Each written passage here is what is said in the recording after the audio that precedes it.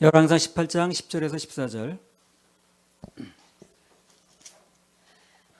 당신의 하나님 여호와의 사심을 가리켜 맹세하노니 내 주께서 사람을 보내어 당신을 찾지 아니한 족속이나 나라가 없었는데 저희가 말하기를 엘리야가 없다 하면 그 나라와 그 족속으로 당신을 보지 못하였다는 맹세를 하게 하였거늘 이제 당신의 말씀이 가서 내 주에게 고하기를 엘리야가 여기 있다 하라 하시나 내가 당신을 떠나간 후에 여호와의 신이 나의 알지 못하는 곳으로 당신을 이끌어 가시리니 내가 가서 아합에게 고하였다가 저가 당신을 찾지 못하면 내가 죽임을 당하리이다. 당신의 종은 어려서부터 여호와를 경외하는 자라. 이세벨이 여호와의 선지자들을 죽일 때에 내가 여호와의 선지자 중에 100인을 50인씩 굴에 숨기고 떡과 물로 먹인 일이 내 주께 들리지 아니하였나이까.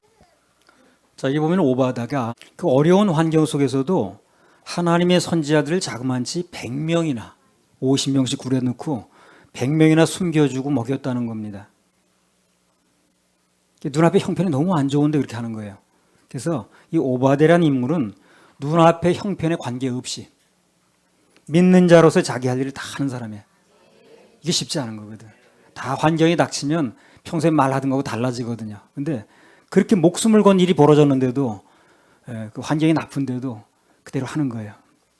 그러면 이 오바데라는 사람이 그렇게 쉽지 않은 일을 할 수 있었던 그 힘이 어디로부터 왔느냐 하는 거예요.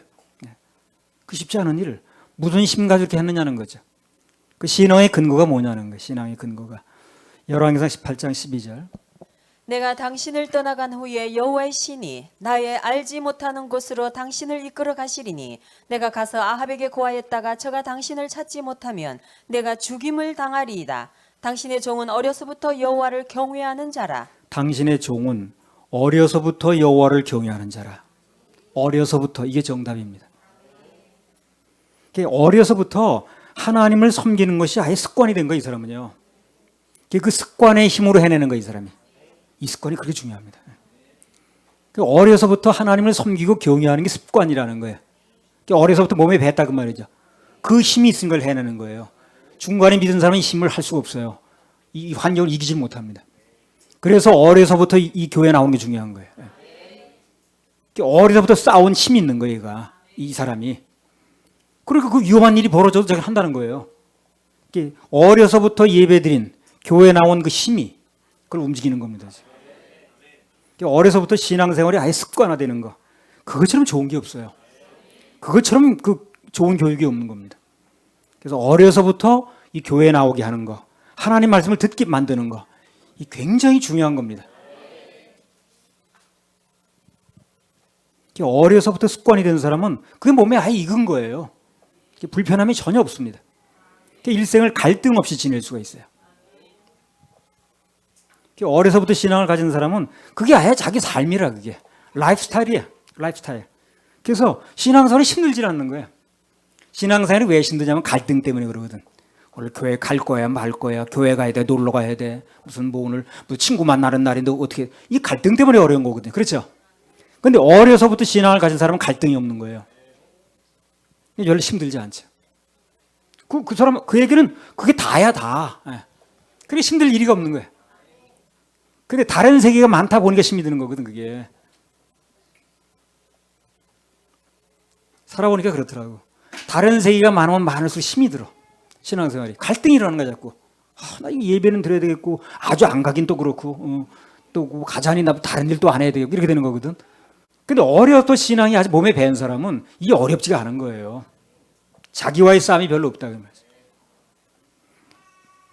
이 어른이 돼서 신앙생활 시작한 사람은 자기와 싸우느라고 힘들어요. 매사 계산이 많고, 계산대로 안 되면 시험 들고, 그렇죠? 뭐 11조를 했는데도 복이 빨리 안 온다는 둥, 이런 소리가 하고 앉는 거예요. 어려서부터 습관이 된 사람은 하면 되는 거예요, 그냥. 근데 중간에 돼서 이제 한 사람은 11조 벌써 5년 했는데 벌써 뭐 이거 어떻게, 난 가난을 뭐 전세를 못 벗어나, 이런 소리 하고 있는 거예요. 계산이 많아서 어렵다는 거예요. 어려서부터 그 신앙이 된 사람은 아예 무슨 뭐 그거 뭐 전세를 살건 말건 그 11조 연결시킬 이유가 없는 거예요, 그게. 오바다는 어려서부터 하나님 섬기는 게 습관이 된 거예요, 이 사람이. 나중에 성인이 돼서 비록 환경이 나빠졌어도 지금 엄청 안 좋은 건데 환경은. 목숨 걸 일이 생겨도 습관적으로 하나님 편에 서는 거예요, 이 사람이. 습관적으로. 이 습관이 그렇게 중요한 거예요. 뭘 생활해가지고 판단해서 하려면 되게 힘들거든. 그러니까 무슨 운동도 그렇잖아요. 습관적으로 나와야 되는 그게. 야구 선수 공이 날라오는데 그걸 연습해가지고 하는 게 아니에요. 그냥 오면 게 습관적으로 잡아줘야 되는 거지, 그렇잖아요. 뭐 권투 선수가 저 사람 주먹 날라면 이렇게 피해야 돼. 계산해서 하는 거예요. 습관적으로 하는 거지. 이 습관만큼 중요한 게 없습니다. 습관만큼. 특히 어려서부터 익힌 습관이 정말 중요합니다. 예배도 아예 습관이 된 사람은 안 오면 뭔가 허전해. 그냥 오는 거예요, 그냥. 허전한데 뭘. 무조건 오는 거예요. 뭐 무슨 그날 뭘 받을 게 있네, 없네, 은혜가 되냐, 안 되네, 누가 설교를 하네, 그건 둘째 문제. 나는 허전하니까 오는 거예요, 그냥. 습관대로 오는 거예요. 이 습관이 중요합니다, 습관이. 습관이 들어서 해야 쉽지, 이걸 일부러 그때마다 결심하고 어떻게 해보려고요. 얼마나 힘든가, 그게. 결심이 늘 쓰는 게 아니잖아요. 습관적으로 와서 앉아있다 보면 하나님께서 여러 가지 그 통로를 통해서 은혜를 주시는 거예요. 앉아있다 보면. 그 예배를 꼭 뭐 은혜를 받아서만 오는 게 아니고 와서 앉아있다 보면 말씀도 주시고 교제를 통해서 위로도 주시고 먹는 것 통해서 힘도 주시고 이렇게 하는 거예요.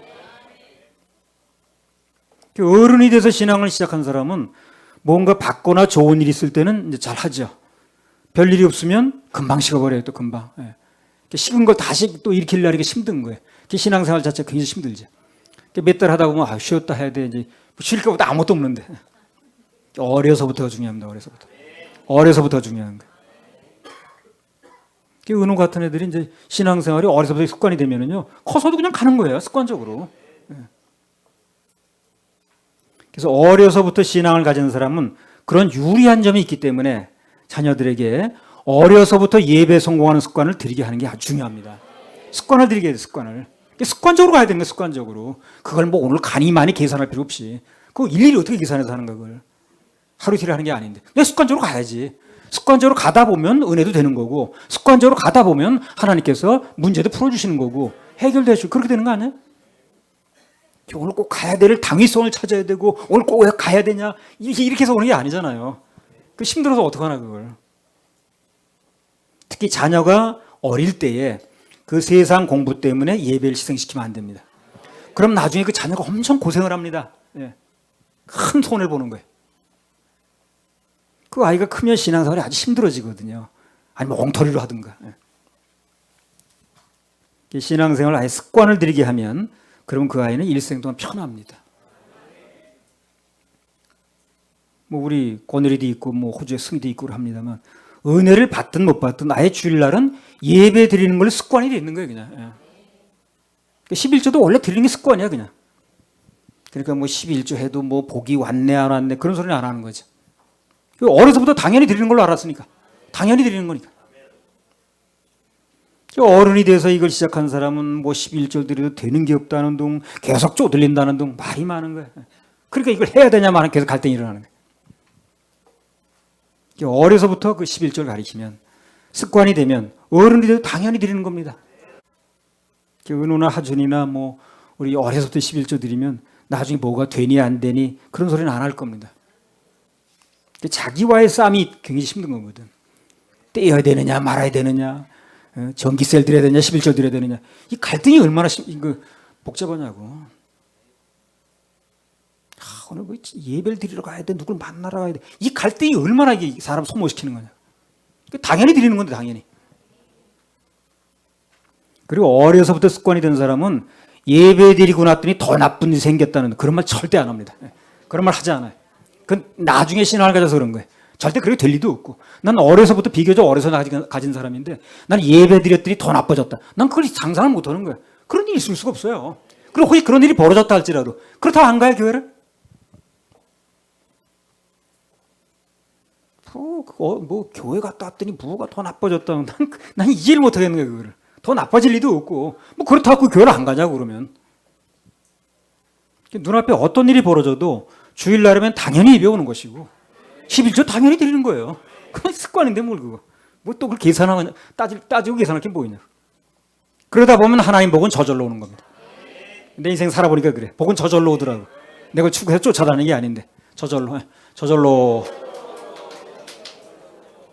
그 신앙생활 갈등 없이 할 수 있으면 편한 거 아니에요? 신앙생활 갈등 때문에 치는 거거든. 갈등 없이 할 수 있으면 편한 거예요. 운동도 그래요. 운동도 그냥 습관하는 게 중요해. 나도 뭐 수년간 습관을 들였더니 이제 안 하면 몸이 찌뿌듯해. 습관적으로 하는 거예요. 습관적으로. 좋은 습관 하나가 그 사람의 운명을 바꿉니다. 그 신앙생활은 특히 오늘 오바댜처럼 어려서부터 습관을 들이는 게 중요하다는 거예요. 아직 몸에 배야 돼. 그 몸에 배야 돼. 굴리면 스트라이크야 그냥. 어른도 마찬가지예요. 신앙생활을 자꾸 득실을 따지려고 하지 말고 그냥 습관적으로 하는 게 좋습니다. 저는 내 지방에서 목회할 때 그 집회를 다니다 보니까 교회 자꾸 비우는 거예요.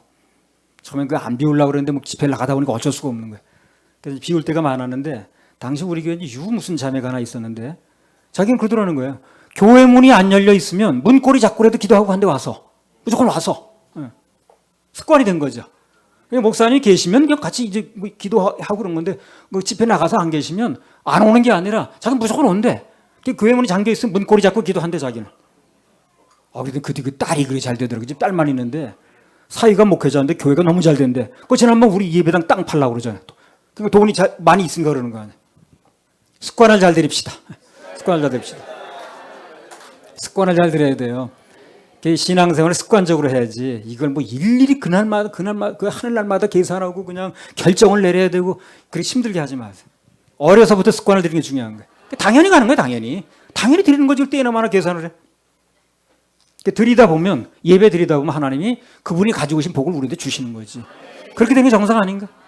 그러니까 그렇게 습관이 들으면 신앙생활 어렵지 않은 거예요. 근데 습관이 안 된 걸 하려다 보니까 일일이 마음을 결정해야 되고 다 잡아야 되고 너무 힘든 거예요 이게. 환경은 커 보이고.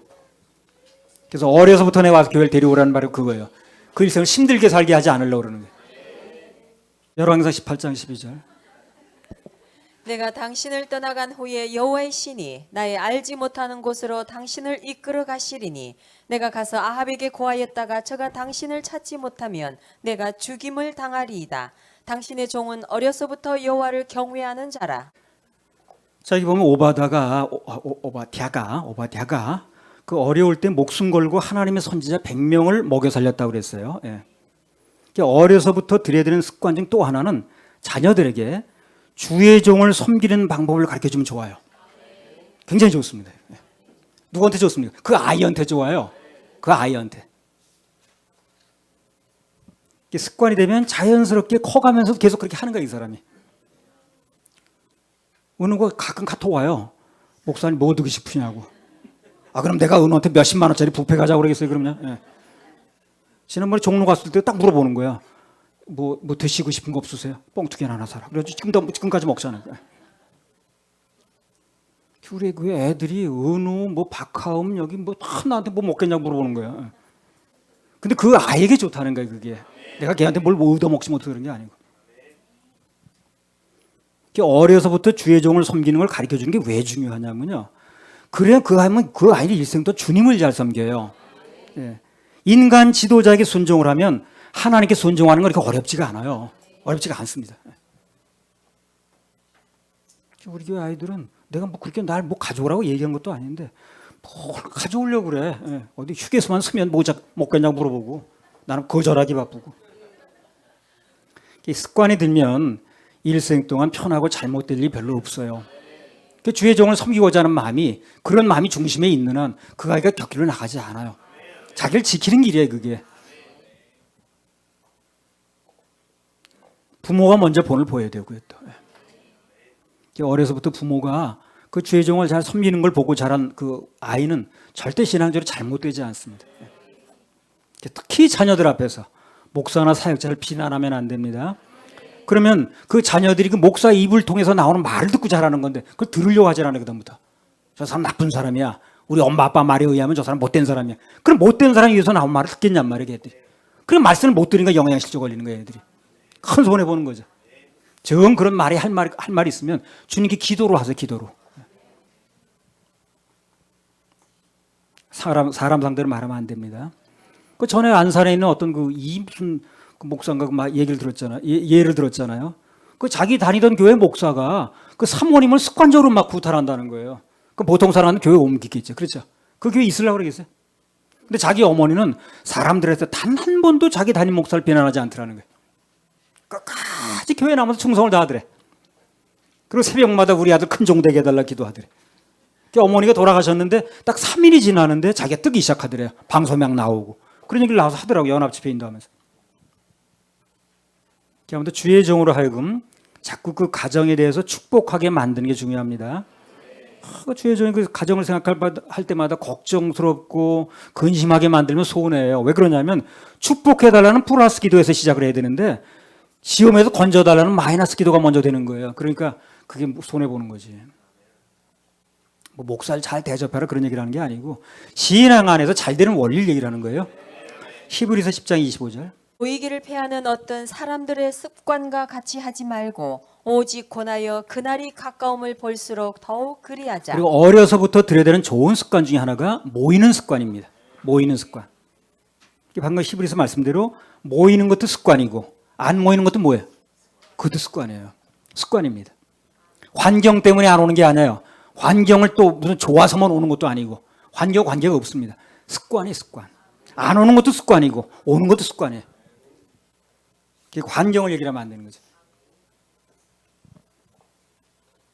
그래서 신앙생활은 습관적으로 몸에 배해서 하는 거지 무슨 환경 때문에 오고 안 오는 게 아니라는 거예요.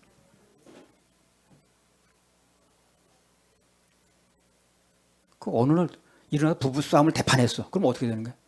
와서 있다 보면 또 하나님께서 어떻게 풀어주셔요. 다 풀게 돼 있어요. 어떤 교회에서는요, 불광동에서 그랬다든가 어떤 사람이 교회 조금 늦게 왔어.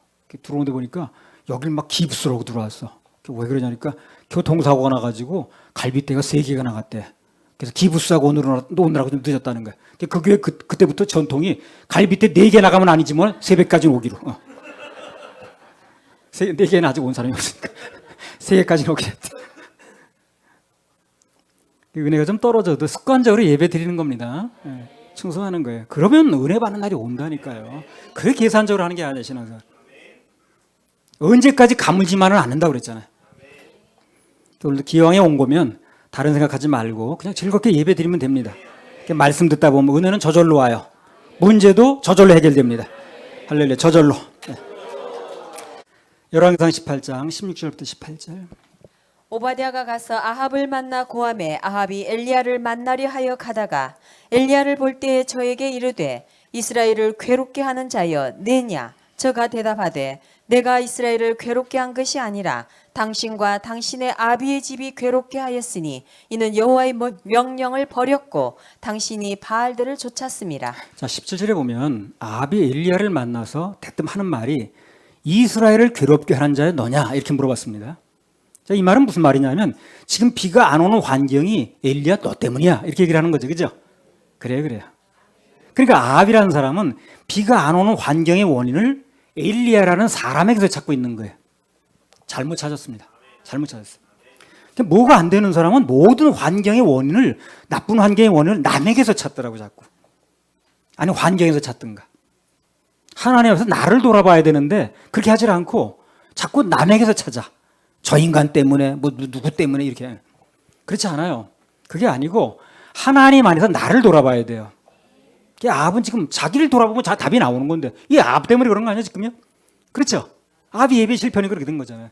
근데 자기한테 찾으면 금방 답이 나오는데 자꾸 엘리야 때문에 그 사람 선포 때문에 어쩌고 이렇게 하는 거예요. 나를 하나님 앞에 돌아봐야 되는데 사실 그 가뭄과 기근의 진짜 원인이 아합 자신에게 있는 거거든요. 원인을 남에게서 찾아야 될 일이 아니라는 거지. 모든 잘못의 원인이 나에게 있다. 그걸 발견하지 못하면 절대 달라지지 않습니다. 달라지지 않아요. 뭔가 안 풀릴 때 이유를 나에게서 찾으면 생각보다 빨리 풀립니다. 나에게서 찾으면. 내가 바꾸면 되는 거니까. 생각보다 그 해결이 빨리 온다고.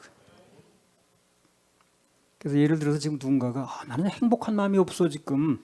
그러면 그 원인도 환경에서 찾지 마세요. 남에게서 찾으면 더 안 됩니다. 전부 나와 하나님과의 관계에서 보면 돼요.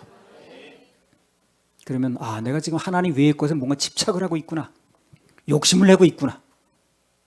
뭐 그런 거 어떤 그 실질적인 답들이 떠오를 겁니다. 집착을 내려놓고 주님 바라보면 행복은 저절로 옵니다.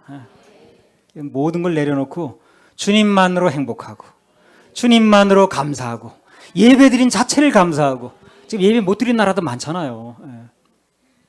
그래서 정말 하나님만을 기뻐하고 예배드린 걸 감사하고 그러면 금방 기쁨이 넘칠 겁니다. 환경에 관계없이. 응답도 빨라요 그러면요. 베드로전서 2장 19절. 애매히 고난을 받아도 하나님을 생각함으로 슬픔을 참으면 이는 아름다우나. 문제를 해결받는 자, 병을 고치는 자가 아름답다고 그러지 않았어요 지금요. 그렇죠? 하나님 앞에서 아름다운 자는 애매히 고난을 받아도 하나님을 생각하고 슬픔을 참는 자, 하나님이 갚아주시고 해결하실 게 믿어져서 주님 바라보는 자, 그런 사람이 아름답다는 거예요. 그게 아름다우니까 열매도 아름답게 나오는 거예요. 그래서 그렇잖아요. 열왕기상 18장 17절. 엘리야를 볼 때에 저에게 이르되 이스라엘을 괴롭게 하는 자여 내냐. 그래서 오늘 모든 것의 원인을 사람인 엘리야에게서 찾으려고 아합이 그러니까 그 환경이 풀리질 않는 거예요. 풀리질 않는 거예요. 맞는 열쇠가 아니니까 문이 안 열리는 거지. 하나님 앞에서 자기를 돌아봐야 그게 정답인데 오답을 가지고 있으니까 풀리질 않는 겁니다. 그래서 모든 일의 원인을 내게서 찾으면 의외로 해결도 빨리 온다는 겁니다. 그럼 모든 변화의 시작이 거기서 있습니다. 내게서 하나님과 관계를 찾게 되면 모든 변화의 시작이 거기서 됩니다. 아합은 죽는 날까지 모든 문제의 원인을 남에게서 찾으려고 하니까 죽는 날까지 운명이 안 바뀌는 거예요, 이 사람이. 그렇게 살다 죽는 거예요, 그러니까. 그래서 인생 살면서 어떤 문제, 어떤 관계, 모든 원인을 나에게서 찾으면 그럼 우선 내가 변화됩니다. 내가 변하면 남도 변화시키는 거예요. 더 나아가서 내가 변하면 교회도 변화되는 거고 나라도 변화되는 거고 세계도 변화시킬 수가 있습니다. 할렐루야. 나를 변화시킬 하나님께 박수 올려드립니다. 열왕기상 18장 21절. 엘리야가 모든 백성에게 가까이 나아가 이르되 너희가 어느 때까지 두 사이에서 머뭇하려느냐. 여호와가 만일 하나님이면 그를 좇고 바알이 만일 하나님이면 그를 좇을지니라 하니 백성이 한 말도 대답지 아니하는지라. 자, 중요한 얘기입니다. 지금부터 너희가 어느 때까지 두 사이에서 머뭇하려느냐. 여기 보면 당시 이스라엘 나라가 영적으로 혼탁해진 이유가 나와요. 그게 뭐냐면 방금 말씀처럼 바알과 하나님 사이에서 태도를 분명하게 결정하지 못하고 머뭇하는 백성들이 너무 많은 거예요.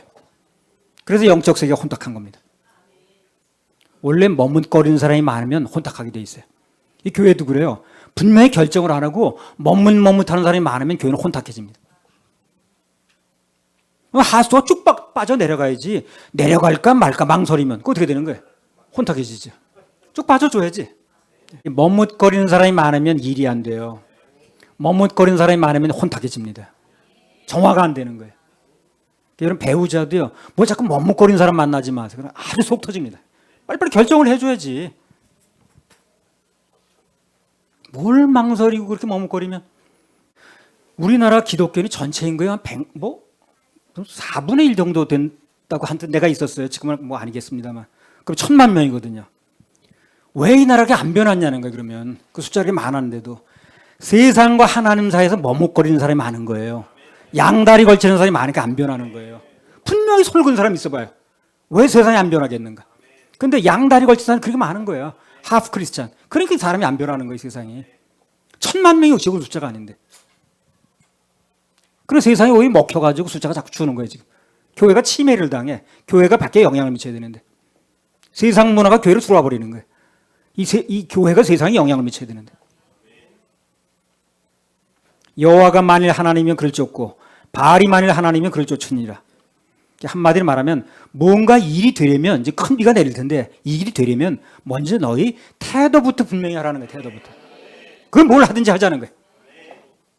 계시록 3장 15절 16절. 태도가 분명해야지 뭘 하려면. 그렇게 한 운동 만 운동 올 건지 말 건지 갈 건지 그러면 뭘 어떻게 하겠어요. 그래. 결혼해도 안 그래? 그 사람이 나 평생 산다는 태도가 분명해야지. 언제 내뺄 건지 언제 무슨 왔다 갔다 할 건지 그거 어떻게 하겠어요. 그래. 거기다 뭘 얘기를 하겠냐고. 계시록 3장 15절 16절.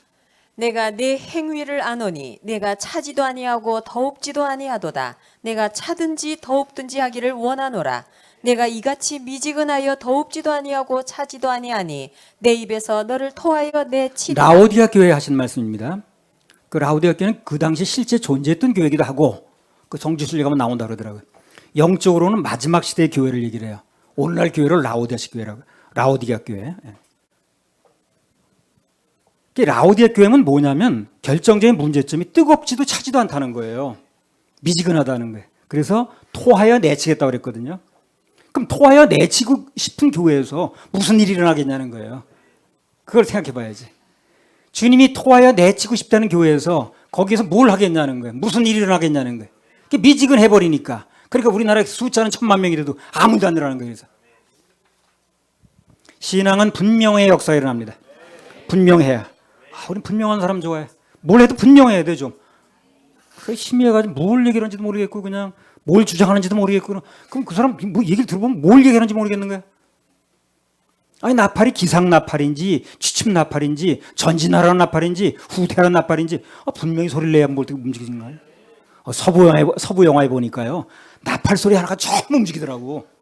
심지어 장교가 모이라는 나팔 소리 틀리고 사병이 모이라는 나팔 소리 틀리더라고. 나팔 소리만 들으면 탁 움직이는 거야. 근데 나팔이 분명한 소리를 안 내면 어떻게 되는 거야? 분명하게 해줘야 되는 거야. 분명하게. 히브리서 4장 12절. 그래서 여기 엘리야가 그걸 얘기를 하는 거예요. 분명히 결정하라는 거예요. 뭘 결정해도 좋은데 단 분명히 하라는 거예요. 분명히. 회색 분자들 앞에서는 뭘 할 수 없다는 거예요. 제일 답답한 사람이 그 사람이에요. 이것도 아니고 저것도 아니고. 뭘 해도 분명히 해야지. 히브리서 4장 12절. 하나님의 말씀은 살았고 운동력이 있어 좌우의 날선 어떤 검보다도 예리하여 혼과 영과 및 관절과 골수를 찔러 쪼개기까지 하며 또 마음의 생각과 뜻을 감찰하나니. 하나님 말씀은 칼이라고 그랬습니다. 칼은 어떤 칼이 됐든 간에 잘 들어야 돼요. 안 든 칼은 아무 소용이 없어요. 그렇죠? 그게 금으로 만든 칼이든 은으로 만든 칼이든 좌우전 잘 들어야지 안 든 칼을 어디다 쓰겠냐는 거예요. 그래서 분명하게 날이 서야 돼요. 분명하게 선을 그어야 되는 거예요. 그래서 먹지. 하나님 말씀이 칼이라고 그랬는데 분명하지 않으니까 무디니까 그 말을 써먹을 수가 없는 거예요. 말씀을 써먹을 수가 없는 거예요. 말씀이 역사가 일어난다는 거죠. 그 말씀의 역사가 일어나려면 분명한 선을 그어줘야 되는 거예요. 날이 서야 뭘 하는 거지. 그래 물에도 쓰는 거 아니야. 안 드는 칼을 어디다 쓰겠냐는 거예요. 잘 드는 칼이 되려면 태도가 분명해야 된다는 거예요. 태도는 뭐 여러 가지가 있습니다. 무슨 몸 동작도 있고 말도 있고 하도 분명하게 해줘야 돼. 그래 역사가 일어나는 거예요. 아무튼 성경에 보면 훌륭한 믿음과 신앙의 같은 선배들은 전부 하나같이 태도가 분명했어요. 태도가 분명했습니다. 성경의 태도가 애매하거나 우유부단하거나 이랬다 저랬다 하는 사람, 결정 못하는 사람 쓰임받은 경우는 있어요 없어요? 없습니다. 그런 사람, 그런 결혼교육 찾아보세요. 있는가? 다 결정을 잘하는 거예요. 분명하게 선을 긋는 거예요. 왔다 갔다 하지 않고. 태도가 애매하거나 불분명한 사람에게 하나님이 역사하신 경우는 없다는 겁니다. 바로도 어떻습니까? 사단 편에 분명히 서주죠. 좀 예화가 이상하긴 합니다만. 바로도 분명하게 사단 편에 서주니까 일관되게. 그러니까 사단이 쓰는 거예요. 오늘은 하나님 편에 섰다가 내일은 바로 편에 사단 편에 그러면 사단이 쓸 수가 없는 거예요. 그래서 태도가 분명치 않으면 아무짝에도 못 쓴다는 거예요. 여호수아 24장 15절. 만일 여호와를 섬기는 것이 너희에게 좋지 않게 보이거든 너희 열조가 강 저편에서 섬기던 신이든지 혹 너희에 거하는 땅 아모리 사람의 신이든지 너희 섬길 자를 오늘날 택하라. 오직 나와 내 집은 여호와를 섬기겠노라. 자 보세요. 여호수아가 뭐라 합니까? 세상이 어찌 돌아가든 간에 그들은 그거 할 수 없다는 거예요. 그 결정한 대로 하라는 거예요. 그러나 나와 내 집은 오직 하나님만을 섬기겠다죠. 딱 선을 긋죠. 그러니까 쓰임 받는 거예요. 그러니까 이걸 우유부단하게 한 사람 쓰임 받은 경우는 없다는 거예요. 분명하게 선을 그으니까 하나님께서 그와 함께 하시고 그 앞에서 온갖 기적을 다 해주는 거죠. 구약 성경 다니엘 3장에도 보게 되면 다니엘 세 친구가 느부갓네살과 함께서 뭐라 그럽니까? 불 속에 들어가도 어쩔 수 없다고 그러죠. 불 속에 안 넣어주면 감사하지만 그러나 그리 아니하실지라도 손을 딱 긋죠. 그러니까 태도를 분명히 하니까 하나님 건져내시잖아요. 불 속에서도. 그런 역사가 있기 전에 자신의 태도부터 분명히 했다는 거죠. 사도행전 20장 23절 24절 몇 사람만 예를 드는 거지 그냥. 오직 성령이 각 성에서 내게 증거하여 결박과 환난이 나를 기다린다 하시나 나의 달려갈 길과 주 예수께 받은 사명 곧 하나님의 은혜의 복음 증거하는 일을 마치려 하면은 나의 생명을 조금 더 귀한 것으로 여기지 아니하노라. 그래서 바울 사도도 하나님 앞에서 분명한 태도를 가지고 있잖아요, 그죠? 이게 환란이 기다리고 있다 하지만 관계없이 참 간다는 거 아니야. 분명한 선을 그어주니까 하나님 일하실 수밖에 없는 거예요. 하나님 안에서 무슨 역사를 체험하거나 쓰임을 받으려면 내 태도부터 분명해야 돼요. 이것도 아니고 저것도 아니면 토하여 내신다고 그랬잖아요. 이건 내 말이 아니에요. 주님께서 하신 말씀이지. 살다가 나는 그 태도 분명히 안 하고 그냥 뭐 이렇게 하는 사람 보면 정말 답답해. 정말 답답해. 만약 그런 사람을 일생 보낸다면 정말 답답하겠어. 하나님 앞에서 분명한 태도를 가지고 있을 때 그때 나 자신도 건지고 가족도 건지고 교회도 건져요. 혼탁해진 나라도 건질 수 있습니다. 할렐루야. 우리 하나님께 박수 올려드립니다. 마태복음 5장 37절.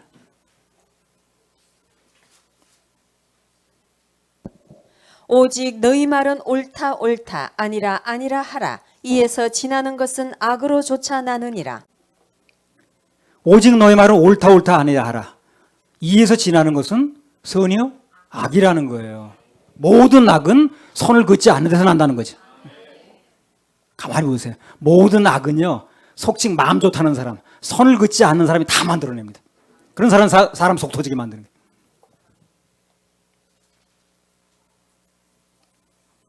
그러니까 옳다 옳다 아니다 하라라는 것은 한마디로 말하면 태도를 분명히 하라는 거예요. 열왕기상 18장 21절.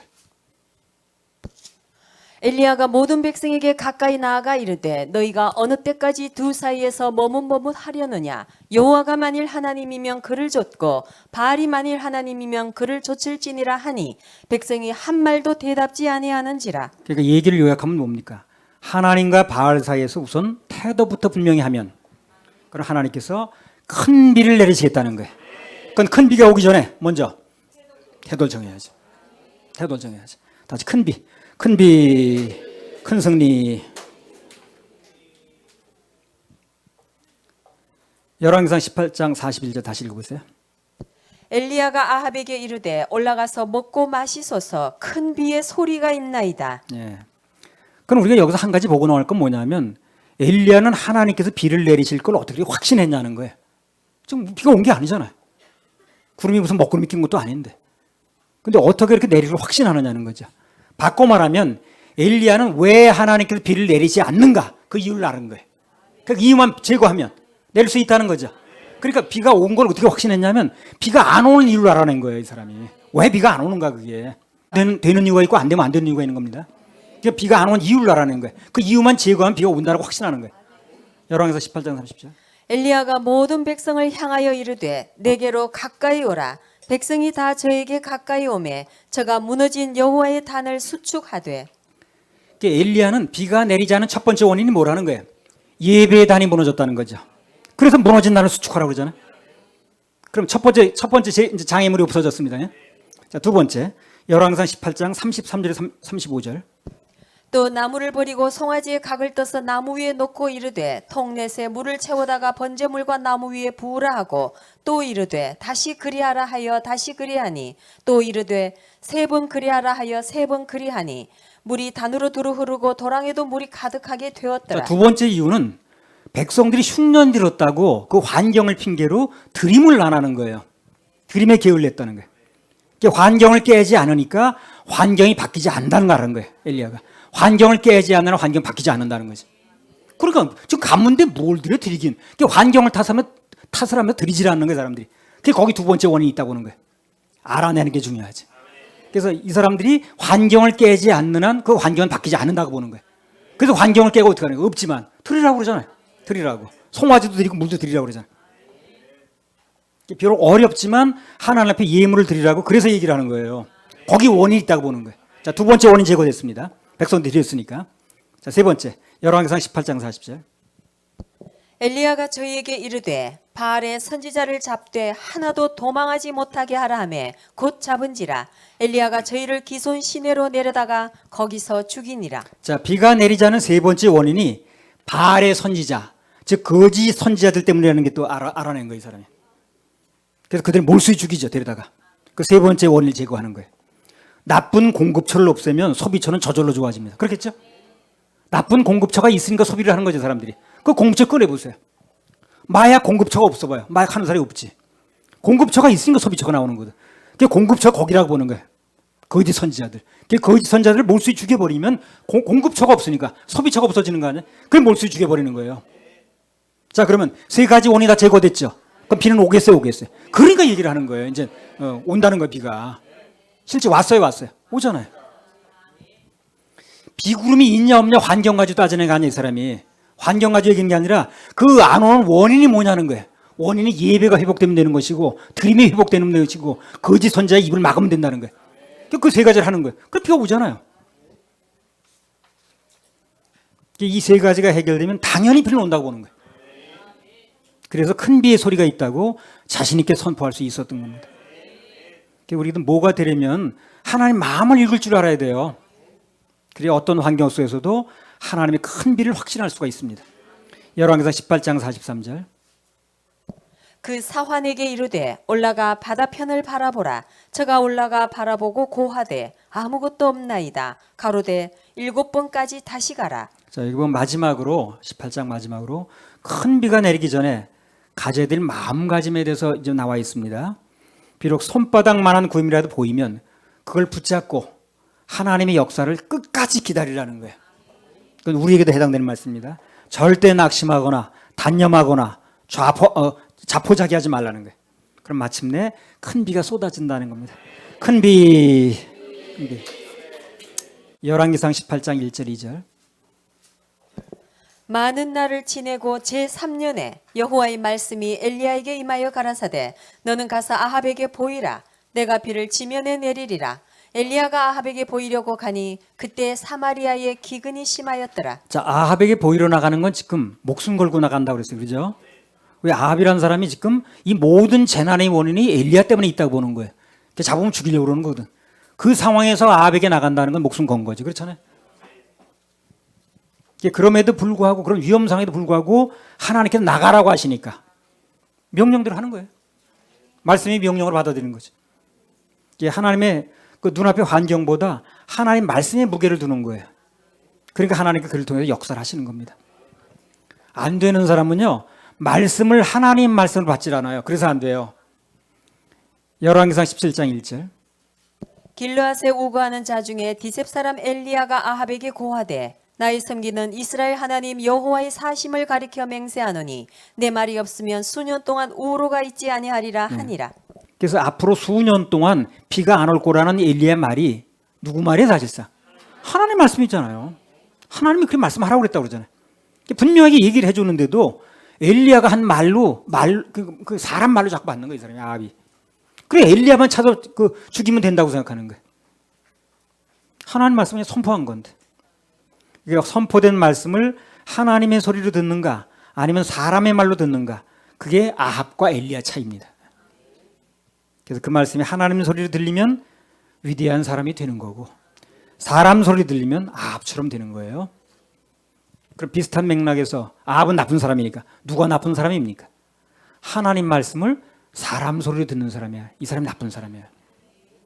아합은 나쁜 사람이라 하자. 그래서 하나님 말씀을 사람 말로 듣는 게 그게 나쁜 사람인 거예요. 그 사람이 무슨 얼마나 신사한데 뭐 넥타이 매고 있는지 관계없이.